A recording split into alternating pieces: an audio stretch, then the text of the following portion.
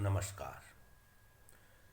बहुत बरसों पहले, शायद छात्र जीवन की ही बात होगी, घर में बड़े बुजुर्गों से एक किस्सा सुना था। किस्सा तो क्या, वह वास्तविक घटना थी जो बाद में मुहावरे के रूप में प्रयुक्त होने लगी। उसी किस्से को एक कहानी के रूप में आज आप लोगों के सामने प्रस्तुत कर रहा हूँ कि वह मुहावरा प्रयुक्त होता था, ढूंढूंगी धार को मंगसिरो। बहुत लोगों को इसका अर्थ पता नहीं था, उत्सुकता होती थी। बड़े बुजुर्गों से सुना था। रियासतकालीन समय की बात है, शायद 100-200 साल पुरानी बातें होंगी। जब राजे रजवाड़े थे तब हमारे यहाँ भी गढ़वाल रियासत, गढ़वाल राज्य हुआ करता था, जिसको बाद में अंग्रेजी सल्तनत के दरमियान दो हिस्सों में विभाजित कर ब्रिटिश गढ़वाल और टिहरी रियासत के नाम पे बांट दिया गया था। और रियासत की राजधानी टिहरी शहर हुआ करती थी, जो आज टिहरी डैम के कारण जल में समा चुकी है, झील में समा चुकी है। उसी टिहरी रियासत का महाराजा टिहरी के समय का यह किस्सा प्रसंग बुजुर्ग लोग लगाते आते थे। नई पीढ़ी तो शायद अब किस्से, कहानियों, मुहावरे, लोकोक्तियों से बहुत दूर हो चुकी है। तो कहानी है, ढूंढूंगी धार को मंगसिरो। गांव में एक आदमी था मंगसिरो। एक दिन घर के बड़े बुजुर्गों ने, पत्नी ने कहा कि भाई शहर हो आओ, जरा कुछ सामान की आवश्यकता है, कुछ सामान ले आओ। तो मंगसिरो पैदल चलते हुए, तब पैदल के ही रास्ते थे, पैदल चलते हुए टिहरी बाजार पहुंच गया।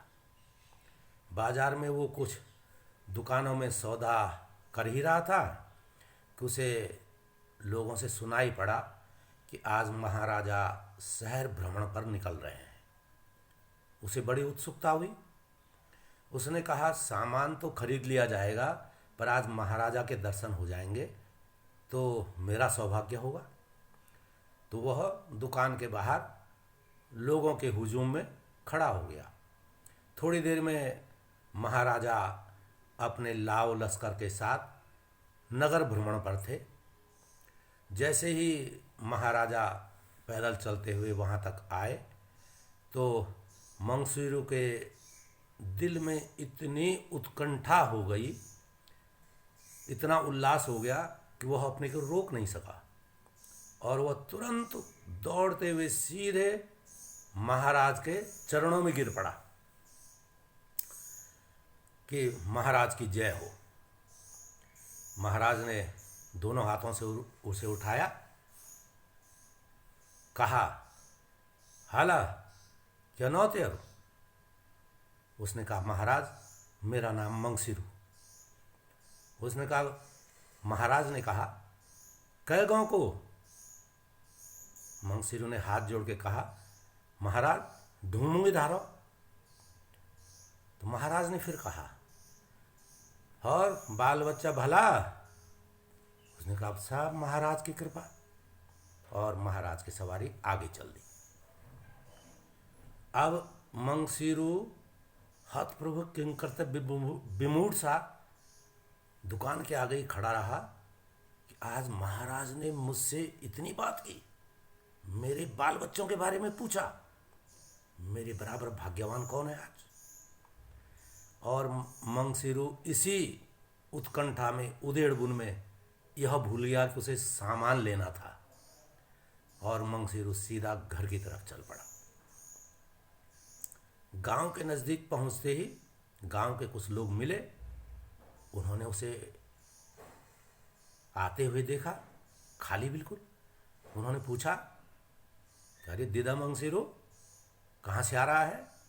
मंगसिरू बिना जवाब दिए चलता रहा। मंगसिरू घर के आंगन में पहुंचा तो घर के बड़े बुजुर्गों ने पूछा कि अरे मंगसिरू, सामान ले आया? मंगसिरू बिना कुछ बोले हुए सीधे घर के अंदर चला गया। तब तक उसकी पत्नी भी आई, भाई सामान ले आए? मंगसिरू कुछ नहीं बोला। बाहर आके उसने बात की, वो तो कुछ बोल ही नहीं रहे। तो घर के अड़ोस पड़ोस के 2-4 लोग इकट्ठा हो गए। उन्होंने कहा, हाँ भाई मंगसिरू, सामान के लिए भेजा था। मंगसिरू कुछ न बोले। अब बाहर खुसर फुसर होने लग गई कि इसके साथ कोई अनहोनी तो नहीं हो गई।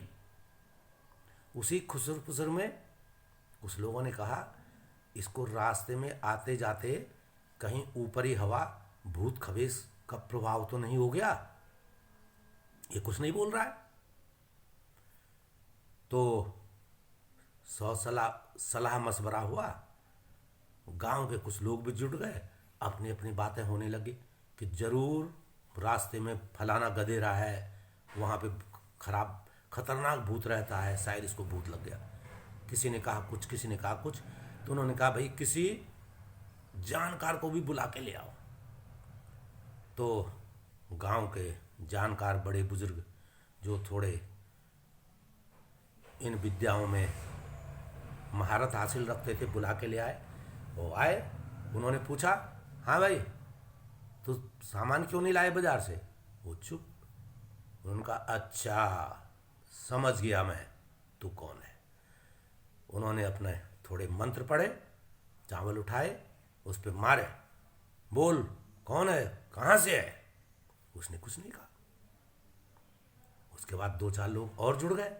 उन्होंने कहा, भाई कोई बहुत बड़ा मसान लग रखा है, मामूली नहीं है, ये बोल नहीं रहा है।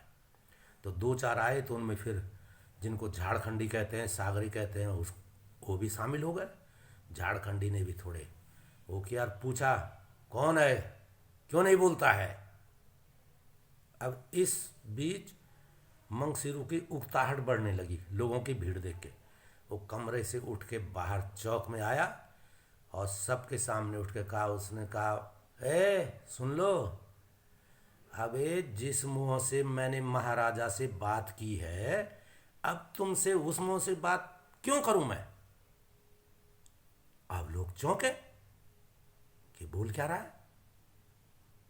उन्होंने पूछा तो उसने सारा किस्सा बयां कर दिया कि महाराज ने मुझे प्रेम से अपने हाथों से उठाया, मेरी असल कुशल पूछी, अब तुम जैसे लोगों से बात करने को मेरा स्तर थोड़ी रह गया है। तो गांव में कुछ माहौल शांत हुआ और लोग कुछ हंसे, कुछ ने बातें की, और तब से हमारे पर्वतीय क्षेत्रों में मुहावरा चल पड़ा था, ढूंढूंगी धार को मंगसिरू। आज भी वर्तमान समय में बहुत सारे लोग ऐसे मिल जाएंगे कि जरा सी कोई उपलब्धि होने पर, कोई छोटा मोटा पुरस्कार मिलने पर भी, या कोई पद प्रतिष्ठा मिलने पर भी वह अपने अड़ोस पड़ोस, नाते रिश्तेदार या बचपन के सहपाठियों से बात करने में भी गुरेज करने लगता है और अपने को उनसे ऊंचे स्तर का समझने लगता है। बस कहानी कहने का यही मेरा आशय था। आशा है आपके जीवन में भी यह बहुत कुछ घटित होता होगा। आपके अड़ोस पड़ोस में, गांव में, शहर बाजार में ऐसे बहुत प्रतीक ढूंढूंगी धार के मंगसिरू आपके सामने आते होंगे, दिखाई देते होंगे।